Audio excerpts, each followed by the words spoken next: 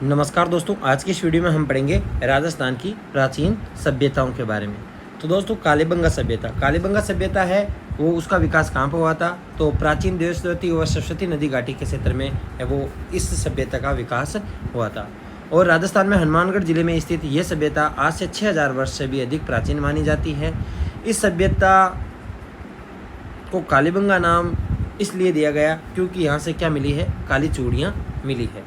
अब दोस्तों, पंजाबी भाषा में बंगा का क्या अर्थ होता है? चूड़ी। क्या होता है? चूड़ी होता है। सर्वप्रथम 1952 में AK घोष ने इसकी खोज की थी और 61 में बीबी लाल व BK थापर ने यहाँ पर उत्खनन करवाया था।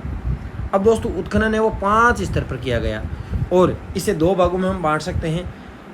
2 तो स्तरीय हो गए और हड़प्पा काल यानी प्राक हड़प्पा सभ्यता। तो प्राक हड़प्पा सभ्यता का मतलब है हड़प्पा सभ्यता से भी पुरानी सभ्यता के यहाँ पे अवशेष मिले हैं और हड़प्पा सभ्यता यानी हड़प्पा सभ्यता के समानांतर। प्रथम 2 स्तर हड़प्पा सभ्यता से भी प्राचीन है, वहीं तीसरा, चौथा और 5वें स्तर की सामग्री है वो हड़प्पा सभ्यता की सामग्री के समकालीन मानी जाती है। इस आधार पर कालीबंगा की सभ्यता को हम 2 भागों में बांट सकते हैं। कालीबंगा एक सुव्यवस्थित रूप में बसा हुआ नगर था। मकान बनाने में मिट्टी की ईंटें जो धूप में पकाई जाती थी उनका प्रयोग किया जाता था।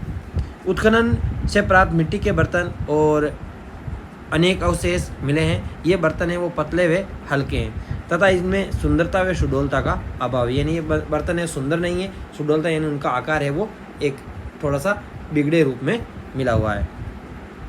बर्तनों का रंग कैसा है? लाल है और इन पर काली व सफ़ेद रेखाओं की रंग की रेखाएं खींची हुई है। यहाँ से जुते हुए खेतों के साक्ष्य मिले हैं। ऐसा अनुमान है कि लोग एक ही खेत में 2 फसल उगाते थे। तो जुते हुए खेतों के साक्ष्य तथा एक ही खेत में 2 फसल उगाने के साक्ष्य कहाँ से मिले? कालीबंगा से। कालीबंगा से कब्रिस्तान के भी साक्ष्य मिले हैं। यहाँ के निवासियों की संवादान पद्धति की जानकारी भी मिलती है। यहाँ एक बच्चे के कंकाल की खोपड़ी से 6 छिद्र मिले हैं जिससे मस्तिष्क शोथ बीमारी के इलाज के बारे में हमें जानकारी मिलती है। यहाँ से प्राप्त खिलौनों में बैलगाड़ी है, हवन कुंड है, लकड़ी की नाली। तो दोस्तों, नाली है वो लकड़ी की बनी हुई थी और बेलनाकार मोहरें थी। बेलनाकार मोहरें यहाँ पे प्रयुक्त की जाती थी। हड़प्पा सभ्यता में ये सभ्यता अपना विशिष्ट स्थान रखती है। अगला है आड़ सभ्यता। तो आड़ सभ्यता है वो उदयपुर में स्थित है। कौन सी नदी के किनारे? अहाड़ नदी के किनारे, यानी इसे अयड़ नदी भी कहते हैं। तो उत्खनन है वो 4000 वर्ष पुरानी एक पाषाण धातु युगीन सभ्यता के अवशेष सामने आए थे और एक दुलकोट क्यों नाम दिया गया दोस्तों इसे? तो ये टीले के नीचे दबी हुई थी इसलिए इसे नाम दिया गया दुलकोट सभ्यता, यानी धूल यानी मिट्टी का टीला। सर्वप्रथम 1953 में यहाँ पे अक्षय कीर्ति व्यास ने और उसके बाद में रतन चंद्र अग्रवाल व HD सांकलिया के निर्देशन में यहाँ पे उत्खनन हुआ था। अब दोस्तों, कालीबंगा और अहाड़ सभ्यता दोनों में मकान बनाने में धूप में सुखाई ईंटों का प्रयोग किया गया, लेकिन अहाड़ सभ्यता में है वो ईंटों के साथ पत्थरों का भी प्रयोग मिलता है। अहाड़ के लोग अपने मृतकों को गहने व आभूषणों के साथ दफनाते थे जो इनके मृत्यु के बाद जीवन की अवधारणा का समर्थक होने का प्रमाण है। उत्खनन में मिट्टी के बर्तन सर्वाधिक मिले हैं जो अहाड़ को लाल काले मिट्टी के बर्तन वाली संस्कृति का प्रमुख केंद्र सिद्ध करते हैं। अहाड़ का दूसरा नाम ताम्रवती भी है। क्यों ताम्रवती नगरी भी मिलता है? क्योंकि यहाँ पर तांबे के औजार है वो ज़्यादा प्रयोग किए जाते थे।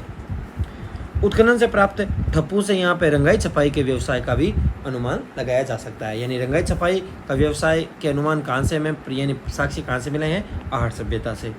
गिलूंड सभ्यता। राजसमंद जिले में गिलूंड कस्बे में बनास नदी के तट पे 2 टीलों के उत्खनन के फलस्वरूप अहाड़ संस्कृति से जुड़ी ये सभ्यता प्रकाश में आई जिसे बनास संस्कृति के नाम से भी जाना जाता है।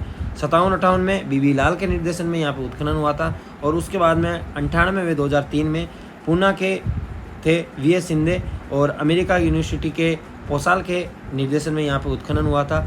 उत्खनन से ताम्र युगीन सभ्यता के अवशेष मिले थे जिसका समय था 1900 से 1700 ईस्वी पूर्व।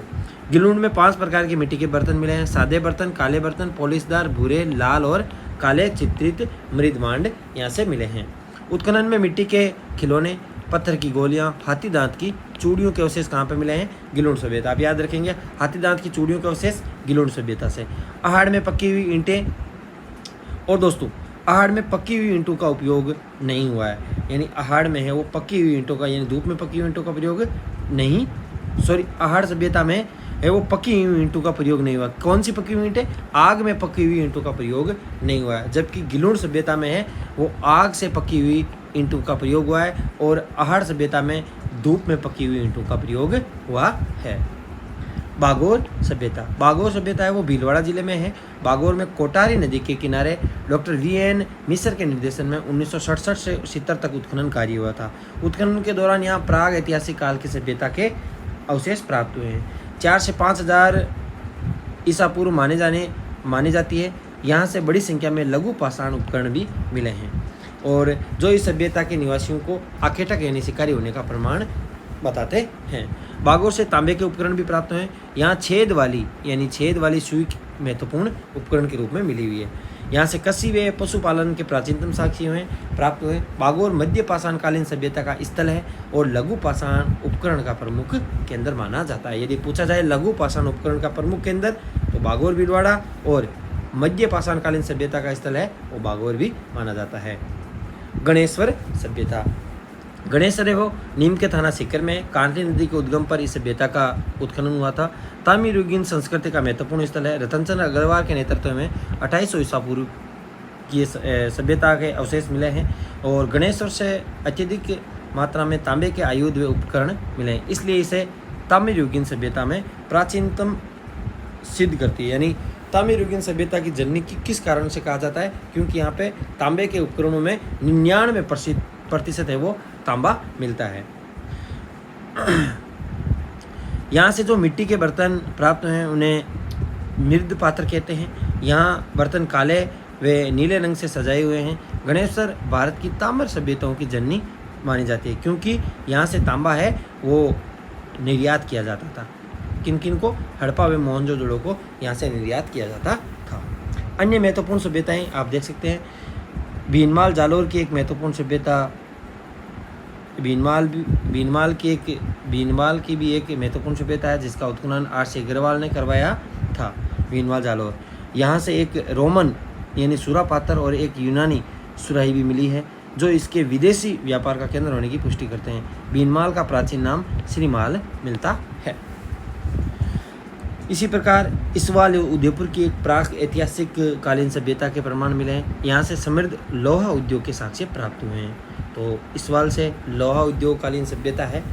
और प्राचीन मत्स्य जनपद में स्थित बेराट जयपुर की बीजे की पहाड़ी, भीम की डूंगरी, महादेव जी की डूंगरी से हड़प्पा सभ्यता और मौर्य के अवशेष प्राप्त हुए हैं। कहाँ से? एक तो बेराट बीजे की पहाड़ी से, भीम डूंगरी से और महादेव जी की डूंगरी से हड़प्पा सभ्यता प्लस मौर्यों के अवशेष मिले हैं। दयाराम साहनी, नीलरतन बनर्जी, कैलाश नाथ दीक्षित जैसे विद्वानों ने इनके उत्खनन कार्य करवाए। बेराट से एक गोल मंदिर व अशोक स्तंभ के अवशेष प्राप्त हुए हैं। याद रखेंगे, बेराट के समीप अशोक का भाबरू अभिलेख प्राप्त हुआ है, जो अशोक के बौद्ध धर्म की पुष्टि करता है। बारातल उदयपुर, और इसका उत्खनन कराया था वीएन मिश्र के निर्देशन में उत्खनन हुआ था। एक ताम्र पाषाणकालीन सभ्यता के रूप में प्रकाश में आई थी, और इस सभ्यता का संपर्क हड़प्पा सभ्यता से होने का पुख्ता प्रमाण प्राप्त होता है। इसके अतिरिक्त हमें रंगमेल हनुमानगढ़, ओजियाना भीलवाड़ा, नगरी चित्तौड़, बरौर गंगानगर, याद रखेंगे तिलवाड़ा बाड़मेर, जोधपुरा जयपुर, सोनारी झुंझुनू, नौहा भरतपुर, नगर टोंक प्राचीन सभ्यताओं का अवशेष हड़प्पा राजस्थान में प्राप्त हुए हैं। राजस्थान में आर्य संस्कृति का प्रसार हड़प्पा सभ्यता के पतन के बाद भारतीय इतिहास में वैदिक सभ्यता का समय प्रारंभ होता है। इस सभ्यता के बारे में जानने का प्रमुख स्रोत 4 वेद है, ऋग्वेद, यजुर्वेद और सामवेद। इन्हें वेद त्रयी कहा जाता है, और अर्थवेद की रचना है वो सबसे बाद में हुई थी, इसलिए इसे वैदिक सभ्यता भी कहा जाता है। राजस्थान में इस सभ्यता के अवशेष अनूपगढ़, तरखानवाला डेरा व चक 64 से मिले हैं। महाकाव्य काल में राजस्थान में आर्यों की अनेक बस्तियों का उल्लेख मिलता है।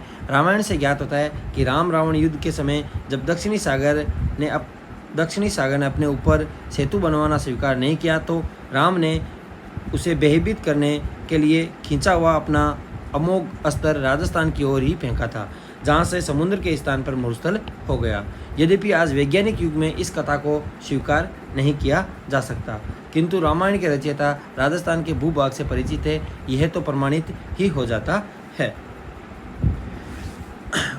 महाभारत में भी राजस्थान के आर्यों का पर्याप्त उल्लेख मिलता है। महाभारत के अनुसार राजस्थान का जांगल प्रदेश जो बीकानेर के राजा थे वो जांगल महाराजा की उपाधि धारण करते थे। कौरव पांडव राज्य के अधीन था। मत्स्य जनपद उनका मित्र व अधीनस्थ राज्य था। कहा जाता है कि पांडवों ने अपने अज्ञातवास का 1 वर्ष भेष बदलकर मत्स्य देश के शासक विराट के दरबार में ही व्यतीत किया था। महाभारत युद्ध में विराट अपनी सेना सहित पांडवों की ओर से लड़ता हुआ मारा गया। भारतीय इतिहास की भांति महाभारत के युद्ध के पश्चात से महात्मा बुद्ध के समय तक राजस्थान का इतिहास भी अंधकार में है, क्योंकि इस समय के बारे में जानकारी के पर्याप्त पुरातात्विक व लिखित साक्ष्य प्राप्त नहीं होते। किंतु बुद्ध के समय से भारतीय इतिहास के ऐतिहासिक युग के आरंभ होने के साथ ही राजस्थान के इतिहास के संबंध में भी पहले की अपेक्षा कुछ अधिक स्पष्ट व प्रमाणिक जानकारी मिलने लगती है। बौद्ध ग्रंथों के आधार पर विद्वानों का मत है कि 6ठी शताब्दी ईसा पूर्व में भारतीय राजनीति के रंगमंच पर 2 प्रवृत्तियां विशेष रूप से दिखलाई देने लगी। एक तो जनपदों का उदय और दूसरा साम्राज्य विस्तार हेतु जनपदों के मध्य संघर्ष। दोस्तों अगले वीडियो में हम पढ़ेंगे राजस्थान के जनपद। दोस्तों कोई गलती हो गई हो तो क्षमा जरूर करें। Thanks for watching us.